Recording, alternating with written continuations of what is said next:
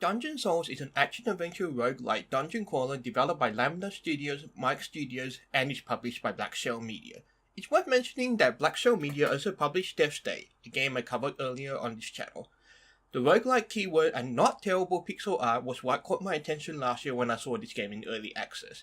It had been sitting on my wishlist for a while, as I have a personal policy to avoid early access games, and I took the opportunity to pick Dungeon Souls up during its Steam sale.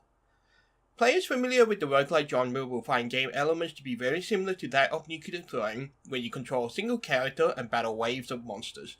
Within each level, you must activate a number of marks randomly placed throughout a single floor of a dungeon in order to open a portal to the next floor. Activating each mark spawns a number of monsters which are best killed before you proceed, and an immortal redeemer prevents you from staying around too long after all marks are activated. Every third floor, you battle a boss, in which keeping a stash of potions will definitely be handy.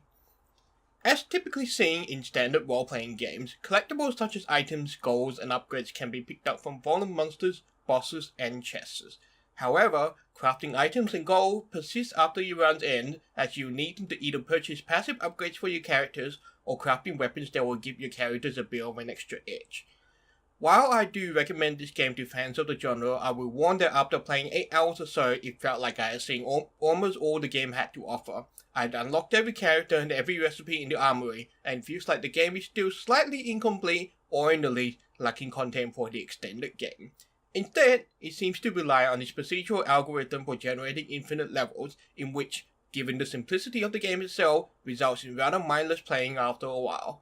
As someone who enjoys games for the intellectual challenge, Dungeon Souls is pretty easily figured out, and overall seems rather shallow, and winded up being the game I play mindlessly while listening to podcasts or YouTube videos. If Dungeon Souls piques your interest and you enjoy these types of games, definitely do consider purchasing it when it's on sale. As for me, I've definitely had my fill, but have enjoyed my time with Dungeon Souls nonetheless. As always, thank you for watching, and I will see you on the next video.